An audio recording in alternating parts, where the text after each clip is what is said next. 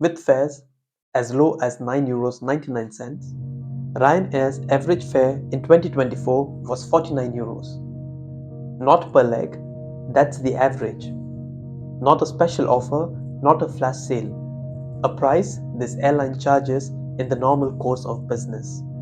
And yet, in the financial year of March 2024, Ryanair's average fare across 184 million passengers was €49.80.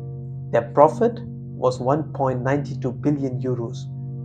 For context, Lufthansa, a full-service carrier, business class lounges, hot meals, charging 3 to 4 times Ryanair's average fare, reported a net profit of roughly €1.7 billion the same year. Ryanair, the airline where you pay €55 if you forget to print your boarding pass, outperformed one of the world's most prestigious legacy carriers. The single fleet cost argument explains some of this, but only some. The real story is a masterclass in business model engineering that I think deserves a genuine admiration, even from the passengers it frustrates the most. Welcome back to Coop Aviation. If you're new here, don't forget to subscribe and turn on the notification bell so you don't miss any of my upcoming videos. And thanks for your support on my previous videos. Your support keeps me motivated to bring new videos to you every week. So let's start with the thing that makes everyone groan: the fees. Ryanair's cheapest fares are not the product, they are the advertisement. When you see a €9 ticket, you are looking at the loss leader, a price that exists to dominate search results, to anchor your perception of Ryanair as cheap, and to get you into the booking flow. What happens inside that flow is where the real business model operates. Let's break this down. The cabin bag that does not fit under the seat, €10 to €24, depending on the route and season. Checked bag, €25 to €45. Seat selection: want to sit with your family? That's €4 to €10 per person per flight. Priority boarding, €6 to €8. Online check-in is mandatory. If you forget and arrive at the airport needing a boarding pass, the fee is €55, not a service charge, a penalty. Travel insurance, car hire, hotel, all sold at a commission from third-party partners. By the time an average Ryanair passenger has completed a booking, the fare that appeared in the search results and the amount leaving the bank account are not the same numbers. And Ryanair's own financial data confirms this is by design. In the financial year of 2024, the ancillary revenue, which includes all the fees, add-ons, and the third-party commissions, totaled €4.3 billion. That is approximately 32% of Ryanair's total revenue coming from sources that have nothing to do with the price printed on your ticket. But this is the genius part. None of this makes passengers feel deceived at the fundamental level. Because Ryanair is transparent about the existing fees. Want to avoid the €55 boarding pass fees? Check in online. Want to avoid the baggage fee? Pack lighter. The customer feels in control and Ryanair collects the revenue from the customers who don't. Ryanair publishes this fee on its website in confirmation email, even in the check-in reminders. Every passenger is warned multiple times. Ryanair's genius is that it structures every decision point to make the paid option feel like a rational choice. And by making the fee punishing enough to motivate almost every passenger to check in online, Ryanair has successfully eliminated the cost of check-in staff at the gate at hundreds of airports. And €55 fee isn't about €55. It's about getting 200 million passengers per year to do the work for free that other airlines pay their staff to do. But the fee model is only one engine of this machine. The operational side is where Ryanair's advantage becomes almost impossible to compete with. Now let's talk about the operational side, because this is where the single fleet argument lives, and it is genuinely impressive even if it's discussed before. Ryanair operates one aircraft type, the Boeing 737. Its current fleet of over 580 aircraft are all variants of the same family. This is what it actually means in practice.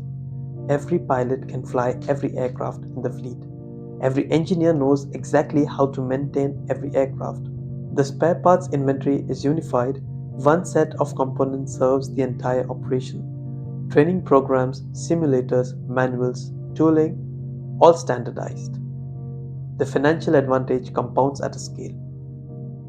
When Ryanair orders 300 aircraft from Boeing at once, as it has done multiple times, it negotiates bulk discounts that smaller air carriers cannot access. Ryanair's unit cost per aircraft is structurally lower than almost any competitor in Europe. But the single fleet strategy is only one piece. The operational discipline is the other. Ryanair targets a 25-minute gate turnaround, the time between an aircraft landing and departing again. Most legacy carriers target 45 to 60 minutes. That 20-minute difference means Ryanair can squeeze additional rotations out of each aircraft per day. At current lease rates, each additional rotation generates roughly €5,000 to €8,000 in incremental revenue per aircraft per day. Across a fleet of 580 aircraft, that compounding utilization advantage is worth hundreds of millions of euros annually. As an aviation professional, this is the part I find genuinely impressive. It is not accidental. It requires flawless ground coordination, crew scheduling, and a product design that includes no meal service, no seatback entertainment, no aircraft reconfiguration between flights. Nothing that requires time to reset. Ryanair engineered the uncomfortable experience not to be cruel, but to make the turnaround possible. Ryanair didn't just cut costs, it designed every element of the operation around maximizing the number of times each aircraft can take off in a day. Here is the piece of Ryanair model that almost nobody talks about, and it is arguably the most brilliant part of the entire operation. Frankfurt, Paris, Stockholm, and Rome. When you book a Ryanair flight to these cities, you are often not flying to these cities.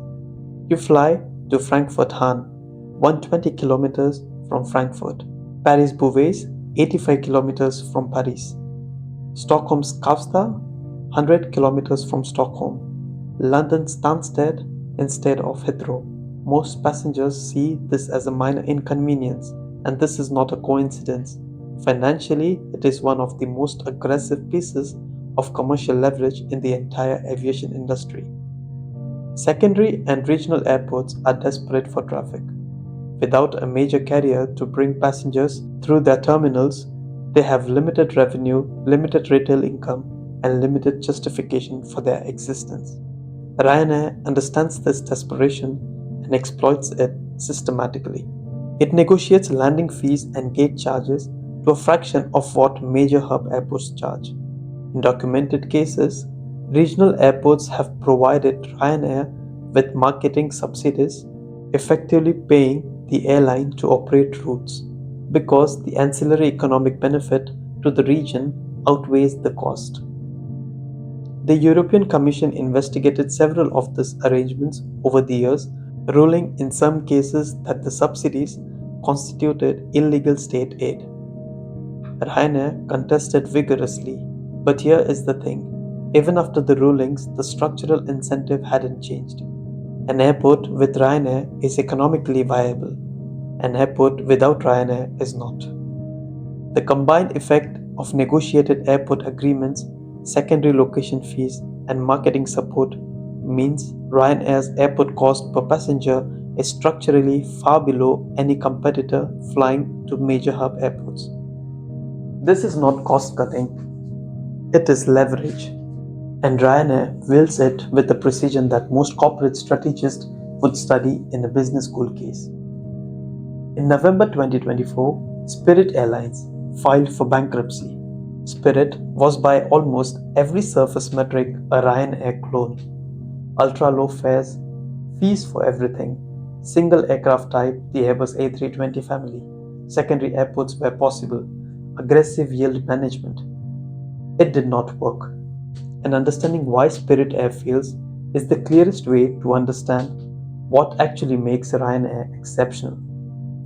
Route network depth. Ryanair operates over 230 bases across Europe.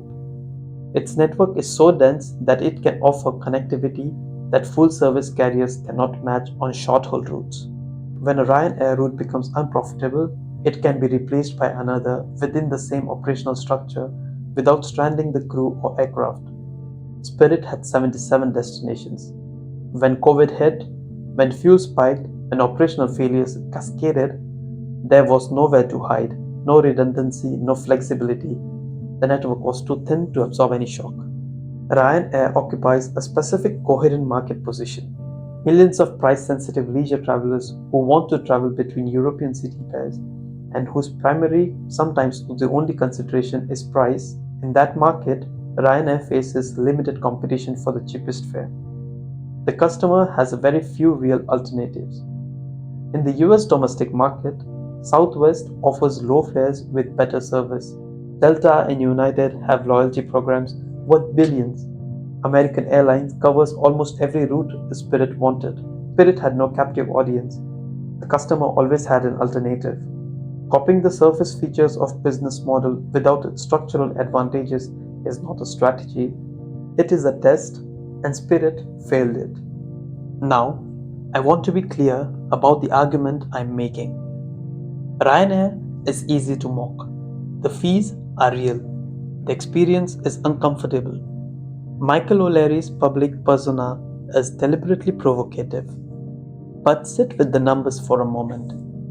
1.92 billion euros in net profit, 184 million passengers, an average fare of 49 euros 80 cents.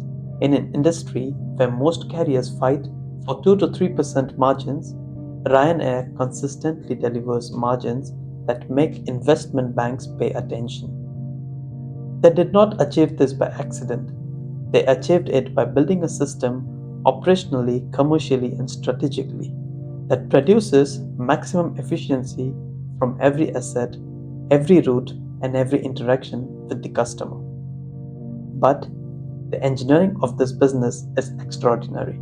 And in an industry defined by financial fragility, Ryanair's model is the most resilient commercial aviation business built in the last 30 years. That's worth understanding, even at 35,000 feet with your knees against the seat in front. If you found this analysis valuable, please like, subscribe, and share. Let me know your thoughts in the comments, or share the topics you want me to explore in the next video. See you again. Auf Wiedersehen.